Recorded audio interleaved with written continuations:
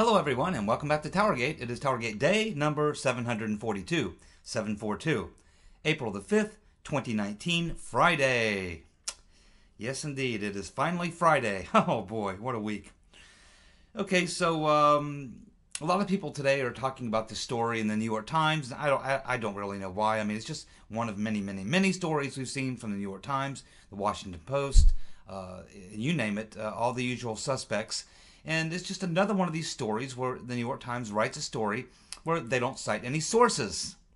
And I think in this particular story, I think if there is a source, if it's actually a real story, I think we know the source is. So they write this story today that there are people sources familiar with people in the Mueller team or close to people in the Mueller team say that the actual report, the Mueller report, is much more damning than what Barr is letting on that it is. So they write the story, and they're citing government officials and others familiar with Mueller's investigators.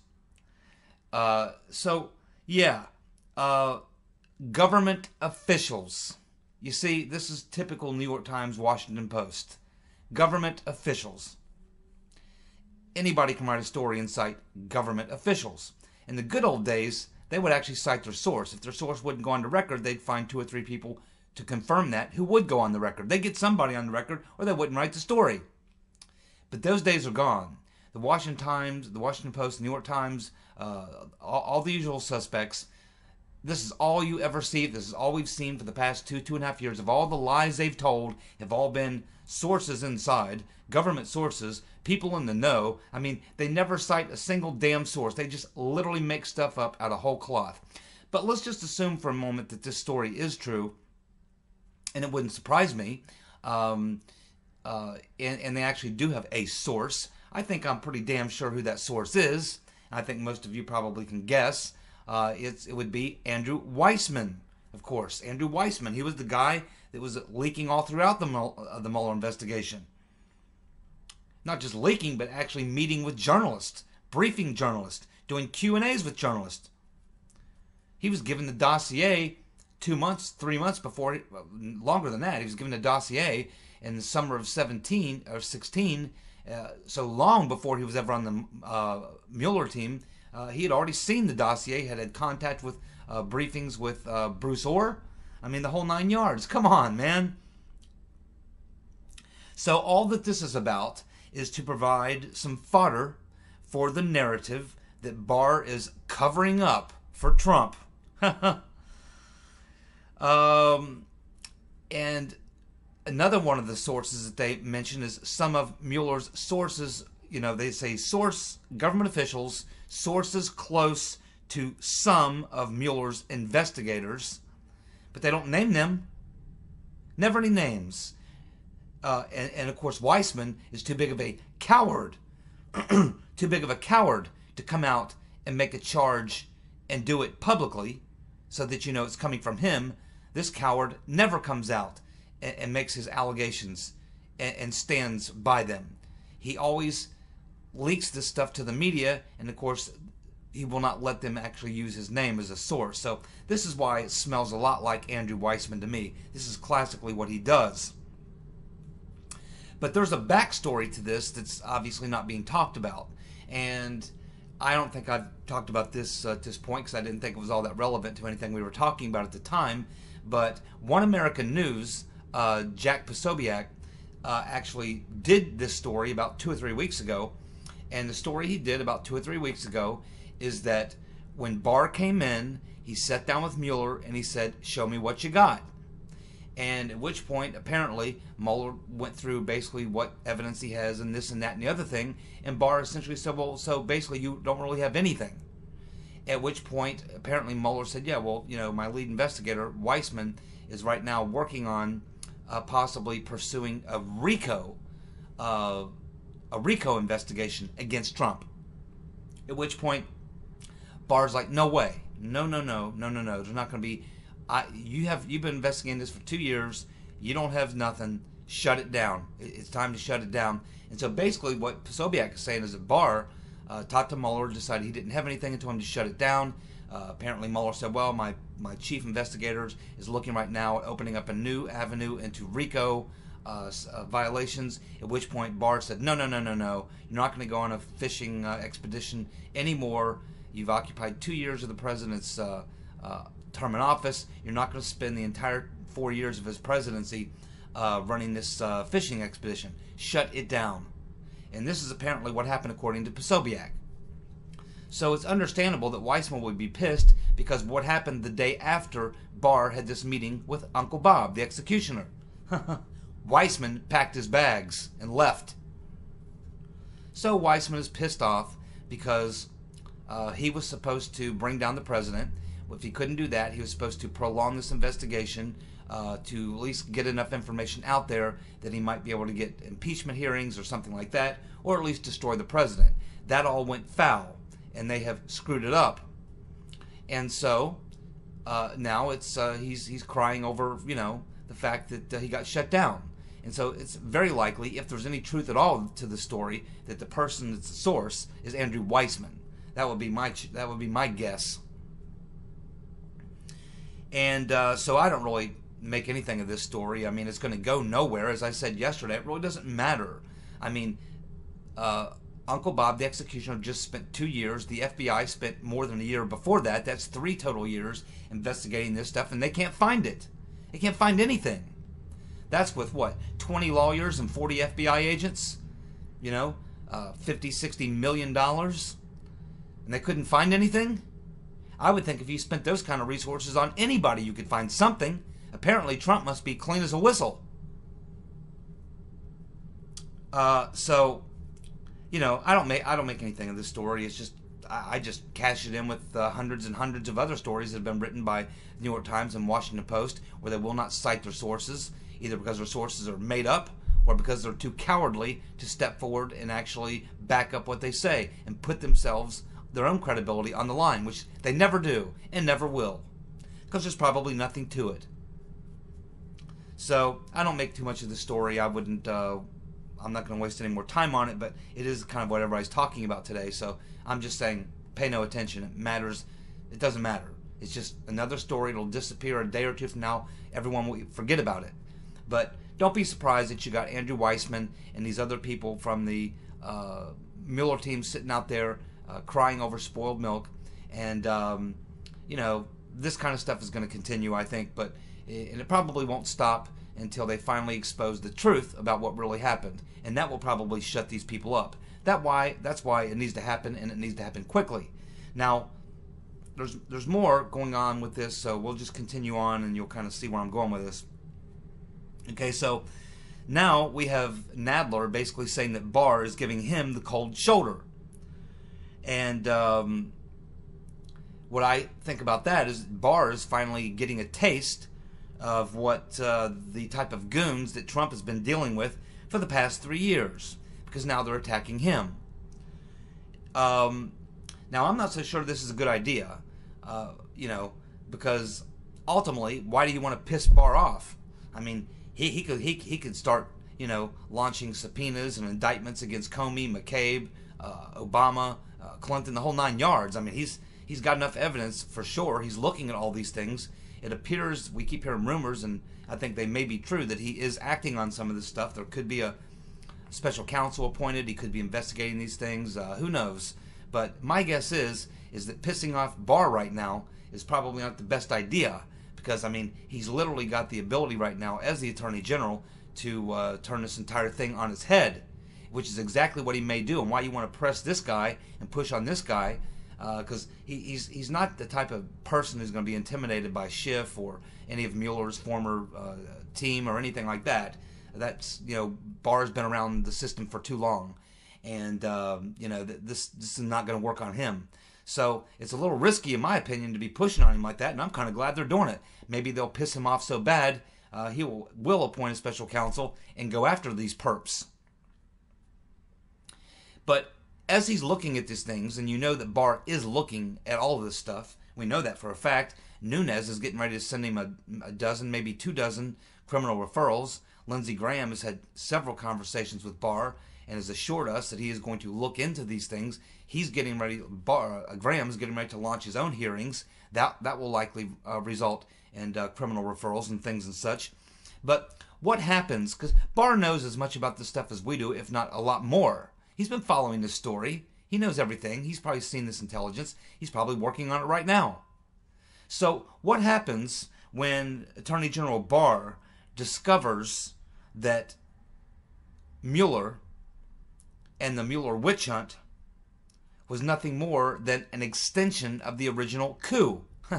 In other words, Mueller is part of the coup. What's Barr going to do when he discovers that Mueller was part of the coup setup? And especially when he's being pushed like he is. My guess is that Mueller probably isn't happy about this right now. Mueller probably just wants this to go away. He probably doesn't want to hear any more about it at all.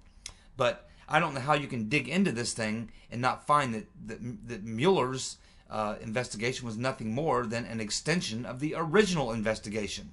And what if Barr finds out that Mueller cleared the allegations against Trump as far as colluding with Russia a month or two after he started? And then he carried on for another 600 days trying to do what? Find collusion? That's why I say it's not a good idea to push Barr right now, because they're very vulnerable. Not just Comey and McCabe and all these people, but Mueller himself is vulnerable in this. In my mind, he's part of the coup. So what happens when Barr discovers that?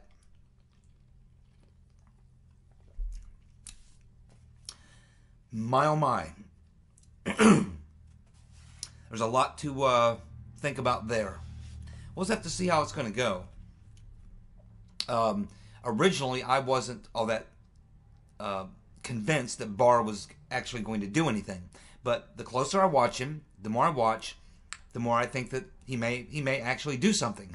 He may actually investigate the Spygate and all these things. And we may actually get to the bottom of it. And if I were a betting man, I'd bet better than 50-50 odds. He's got a lot of people leaning on him. We now have enough information out in the public that you're getting the public support for it. The president certainly is pushing for it. There's a lot of pressure on Barr. I don't think he can just walk away from this. I think he has to take some sort of investigative action here. I don't think he can just let this thing go. It's not going to go away. So, yeah, we need to just watch very closely. But it's a pretty ballsy move for these people to be pushing on Barr, and really to piss him off by accusing him of covering for Trump. If I remember correctly, I heard that Barr was supporting Jeb Bush in 2016. Not Trump. Jeb Bush. So, yeah, go ahead and piss off Barr. It's probably not going to work in your best interest if you're on the other team. But we'll keep watching that and see how that develops. Now, yesterday we talked about the fact that the FBI and DOJ are not wanting to release the communications regarding any communications between themselves and CNN as a result of the Roger Stone raid. And just as I suspected, Judicial Watch is now suing the Department of Justice for the Roger Stone raid documents, and they're demanding any communications between FBI, the Mueller team, and CNN. And I think you'll find that it was Weissman who probably arranged that whole thing. I mean, if you watch the entire video, it's obvious. I mean, it's almost like CNN was the narrator. It's literally like CNN is almost like the narrator of a raid, which you never see. A media organization acting as narrator for a raid. You never see that, but we saw it with Roger Stone. Obviously, there was some sort of collusion. There was CNN and either someone on Mueller's team, probably Weissman, or someone at the FBI. And ultimately, I think that the judge is probably going to rule that they have to turn this stuff over. So we'll see what we get out of that. Here's something for you. 47% of likely U.S. voters think that Clinton's 2016 presidential campaign is more likely than President Trump's to have illegally colluded with foreign operatives. Now, granted, this is Rasmussen, and that's typically a kind of a Republican or conservative type site. But still, that's a pretty healthy number, wouldn't you think? And the fact that it's been nothing but Trump-Russia for the past, 2.5 years, we haven't really heard hardly anything about Clinton until just in the last couple days, tying her to anything other than me, it seems, and maybe H.A. But H.A. mostly talks about the fact she's going to run for president. I'm actually saying that she was the mastermind of the Spygate operation to frame Trump. So again, 47% of likely U.S. voters think Clinton's 2016 presidential campaign is more likely than President Trump's to have illegally colluded with foreign operatives. That's important. That's very important. It tells you where the public is. It tells you they're paying attention. And again, keeping with this whole trend that we're moving towards, we have John Solomon going on Hannity the other night and talking about the fact that Joe Biden got a Ukrainian prosecutor fired who was investigating Biden's son, Hunter Biden. And apparently Biden told Poroshenko, the president of Ukraine, to fire this Ukrainian prosecutor, whose name is Viktor Shokin, or the U.S. would pull $1 million loan guarantee. Well, this is interesting. So Biden's getting hit. I think now there's 5 or 6 women claiming he touched them in a way they didn't like, or kissed them, or smelled their hair, or whatever. Now, all this was probably meant to discourage Biden from jumping in. And I think it's coming directly from the operatives working for the rotten Reverend Clinton. But that apparently didn't dissuade him from throwing his hat in the ring, because he's still pretending that he's going to jump in the game. So what happens next? Well, you start hearing this Ukrainian stuff. Now, who is it that would want Joe Biden out of the way? The rotten Reverend. And who is it that we know has close contacts to the Ukrainian government, even operatives working on her behalf at the Ukrainian government? Who would know about these sorts of things? The rotten Reverend Clinton. Who do you think is behind this sabotage campaign against Biden? First, it's all these women coming out of the woodwork, talking about how he's too touchy-feely, and when that doesn't work, here you get the hard shoe right here. This is the hard shoe, which is, you threatened this prosecutor, told the president of Ukraine to fire him because he was investigating your son. That's some pretty bad stuff. You don't want that kind of thing floating around out there when you're getting ready to... you don't want to throw your hat in the ring to run for president with 2 or 3 major scandals flying around you. No one knows that better than the rotten Reverend Clinton. And if you ask me who is behind this effort to sabotage Biden and take him out, I would say the rotten Reverend. That would be my guess. Just a wild guess, but that's what it sounds like to me. Biden's got a lot of problems for a guy who, first of all, again, I know they say he jumps in the race, he's immediately going to be the front runner, he's going to be at 30%, blah, blah, blah, blah, blah. I just don't believe it. I'm looking at the Democratic Party, I'm looking where the energy is, it's all on the far left, and we're supposed to believe that Biden, he's going to come in and suddenly he's going to be for, post-birth abortion, he's going to be for all these far left-wing items, the Green New Deal, Medicare for all. He's going to be for all that stuff, Joe Biden? I don't think so. I don't think he could not go out and sell these things. It's not possible for Joe Biden. I don't know why he's toying with this idea. Maybe he's going to write a book. Maybe, I don't know what he's thinking. But he's definitely getting in somebody's way, because somebody doesn't want Biden out there, because otherwise the media, the left-wing media, and the DNC, who controls the left-wing media, would not allow these stories to run on these left-wing networks. These stories are coming out of CNN, MSNBC, and other places. New York Times, Washington Post. These are left-wing outlets that are going after Biden. And they would only do that if they were doing it in the interest of someone at the DNC. Now, you would think that this would be their ringer. But apparently there's someone who's not happy with that decision. And everything to me points to the Right Reverend Clinton as being the one who's behind this effort to take Biden out before he can even get started. And if he's smart, that's exactly what he'll do.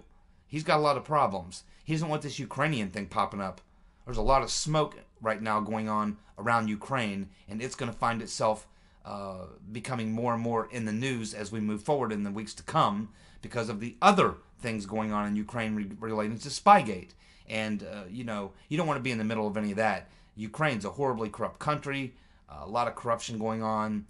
They were involved with the DNC and the Hillary Clinton, the FBI, the whole 9 yards. The last thing you want to be if you're Joe Biden is anywhere in the mix in this Ukrainian stuff that's going on, and this certainly doesn't look good. So, yeah, I think Biden is going to, if he's smart, he's going to just walk away and just go back to being retirement. He's rich, just travel, do whatever. You're 70 some odd years old. Forget about it, man. Forget about it. Because the Right Reverend Clinton will destroy him if she has to. I think she sent him a message. He didn't get it, so she sent him a stronger message. Let's see if he gets it this time. We have Madam Botox pounding her fist on the lectern, saying that they're going to get Trump's taxes and the full Mueller report. Yeah. Well, she's senile, of course, as most of you know. She's not going to get Trump's taxes because Trump is currently under audit. Every billionaire is always under audit. Every multi-millionaire is typically always under audit. You're never not under audit when you're a multi-millionaire or billionaire. The audit process never ends. It's an open audit that never ends. So Trump, that's why he would never release his tax return. He's currently under audit. He's always under audit. He's a billionaire. Every billionaire is currently always under audit. And so therefore he's got a good legal argument. And also the IRS, for the same reason, they're going to say, well, we're sorry, the president's currently under audit. We don't release information. And he could stop it. So that's a joke. Pelosi's not going to get Trump's tax returns, okay? That's just that. That's how it is. As far as getting the full Mueller report, she's not getting that either. As has been thoroughly explained by many legal scholars, and Barr himself, it's against the law to release grand jury information. It's against the law, or certainly they don't release classified information, of which there's probably a bunch of it here. So, and Bob Barr, he's not intimidated by Nancy Pelosi or Adam Schiff or Jerry Nadler or any of these people. He doesn't give a damn. He's been around Washington too long. He's been the Attorney General before. He's been through these fights before. He knows all these people. He knows the game. He knows the law. He knows the rules. And I just think that they're really, barking up the wrong tree with this particular Attorney General. This is not Sessions. Sessions, they could do anything they want with Sessions. He would, no backbone whatsoever, totally in over his head. Not the case with William Barr. And William Barr is the type of person that you try to play this game on him, and he's going to cop a bit of an attitude with you. And if you try to play the game on him, he's got a few games he can play as well. I'm telling you, the Democrats are making a huge mistake by screwing with Bob Barr. Like him or hate him or anything else, it's personal for him now. They're coming after him personally. And that's what this is. These are personal attacks on Barr. And my guess is that he's going to have a response that they're probably not expecting. Not going to be the same response that we get from Sessions, I can assure you that. But Barr is going to tell Pelosi and the Democrats to pound sand. He's going to say, I've looked at the report. I've got the report. I can release some of it, none of it, whatever. And I'm going to release it, as I said I would, about the second week of April. We're going to take out the grand jury information as is required by law. We're not going to release classified information, and that's it. And I've made my ruling. I'm the head of the Justice Department. We're not going to prosecute Trump. There's nothing there for obstruction. He was cleared of any type of collusion. That's it. And all these documents are trying to subpoena and all this kind of stuff. It all goes through the DOJ. And Barr is not just going to roll over and play with these people. If anything, they're going to piss him off, and he's going to decide, you know what? Maybe I do want to look into the DNC and the Clinton emails. Maybe I do want to go ahead and look into the Spygate thing. Maybe I do want to go ahead and look into Comey and Obama and all these people. So that's probably all they're going to do is piss him off. And that's good for us.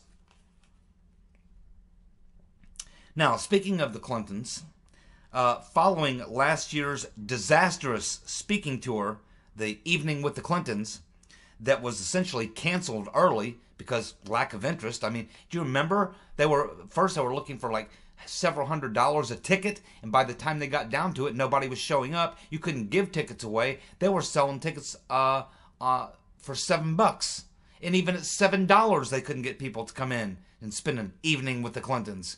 And hell, the very first night that Hillary went out, she couldn't stop coughing.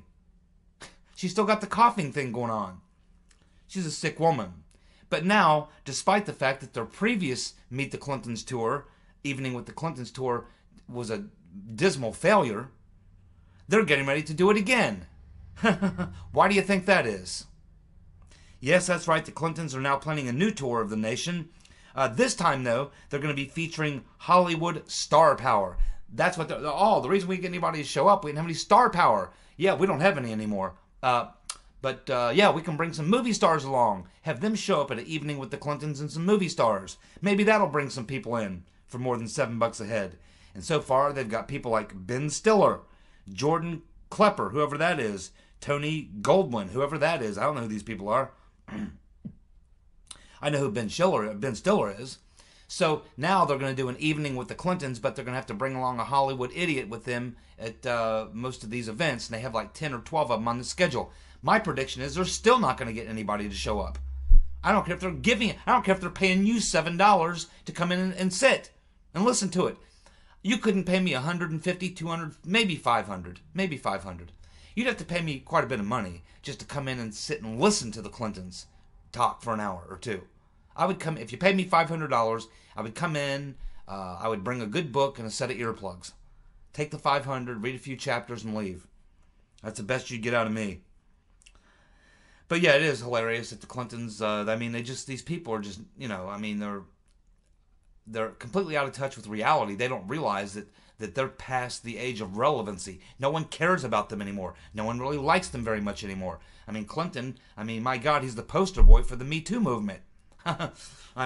It's not, none of the top tier presidential candidates want to be seen anywhere near a Clinton. The Right Reverend Clinton got her ass kicked in 2016, and if she runs against Trump in 2020, she'll lose by an even larger margin. But she doesn't care. One thing the Clintons know is that they'll make a fortune if she runs for president again. They're grifters. So, go ahead and do another Evening with the Clintons tour. Bring your Hollywood buddies. It's still going to be a flop. And you got to ask yourself, why is Hillary continuing to do this? Now, if she went out on her own, she definitely wouldn't get anybody to show up. She has to bring Bill along, drag him along, just to hope you got a few people that still like him. Because on her own, she can't do anything. She's figuring that out at this point. So, why do you think she wants to keep herself in the spotlight, in the media spotlight? She can't go away even for a day. She's on Twitter, she's giving speeches, she's doing here, she's going there. She's constantly staying in the spotlight, and she's doing that for a reason. And at the same time, good old Uncle Joe is getting his knees cut out from under him. Obama has been talking to and seems to be endorsing the skateboarder, Bobby O. Why hasn't the Rotten Reverend endorsed Biden? She has not. And if anybody was going to endorse Biden and she wasn't going to run for president, it would be the Rotten Reverend. Because essentially, Biden is basically like a Clinton. He's kind of a left-center sort of Democrat. He would be basically about the same type of policy-wise. He'd be very similar to the Rotten Reverend. He's a neoliberal, left-of-center, centrist type guy. So the fact that she has not endorsed him tells you a lot. I think she's the one who's behind trying to cut his knees out from under him. That's what I think. Because she knows she's got until November to file. So why does the Rotten Reverend Clinton need to jump in the game now? The only thing she could do is, if she jumps in the game now, is suffer tons of negative press and abuse from the other candidates. She's not that stupid. Hillary knows that. Hillary knows that the longer she's around, the more her negatives go up. So she's got till November. She's going to sit back. I mean, she doesn't need to get in there early because she doesn't need name recognition. She's already got name recognition. She doesn't need to go out there and raise money because she's already got the money. And if she wins the nomination, she falls right into all that donor money for the nominee. And she doesn't really have to even go out and try to talk about the issues, because on the left, they don't even care about the issues. It's just anything anti-Trump. And what issues would she talk about? Post-birth abortion? I mean, Hillary Clinton's on record back in 2007 saying that marriage is between a man and a woman. So there's a lot of things going on there. So yeah, Clinton realizes that every day that she's out there, her negatives go higher and higher. She gets beat down every day. So she's still, as far as she's concerned, and for all practical purposes, she is the leader of the Democratic Party.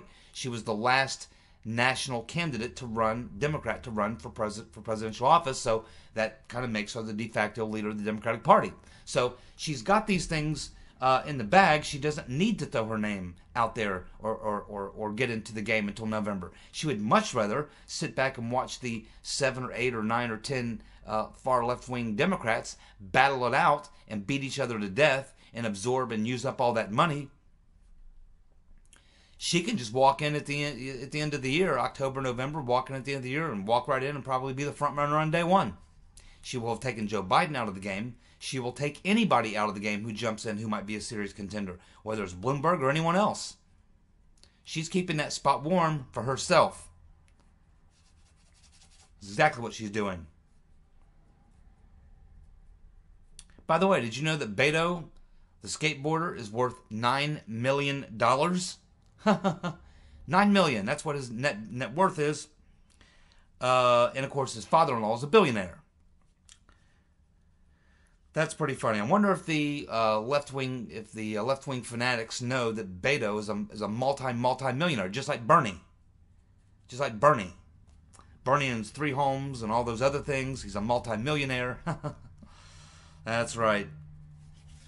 So, I guess, kind of a question I want to ask. I don't do this very often on my TowerGate videos, but just kind of to get a feeling for where everybody is on this Biden thing. We've been watching it now for a couple of weeks. For all practical purposes, he should have thrown his hat in the ring several weeks ago. He did not. You got to wonder what he's waiting for. He's taking all this heat now. Obviously, somebody is out to get him. And it's coming from the left, not from the right. These are attacks not coming from the right, they're coming from the left. And I don't think it's any of the other Democratic candidates. I really don't. I think they're totally preoccupied with their own thing. It's someone else sitting out there on the sidelines who has the ability to move the media and control the media on their behalf. And that someone is most likely the rotten Reverend Clinton. So that's just my opinion. But I just want to kind of get you guys' opinion in the comments section if you would. And I just want to check the comment section and see what you guys think. But from where we are right now, looking at the Biden thing, how many of you think Biden is basically done? How many of you think that Biden is done? Do you think that these women come out and accusing him, of which there's now 5, of being too touchy-feely? Now this Ukrainian story comes out about him, telling the president of Ukraine to fire the prosecutor who was investigating Biden's son, Hunter Biden. So at this point, do you think that the campaign by whoever that is, and I think it's Clinton, you may not agree, that's fine, but do you think at this point that the campaign has been successful and that Joe Biden is done? Or do you think that Joe Biden is still going to hang in there and eventually throw his hat in the ring? What do you guys think? I'm just curious. I think he's done, personally, but interested in what you all think. So I'll check the comment section. Thanks for tuning in. I'll be back tomorrow with more TowerGate. See ya. Bye.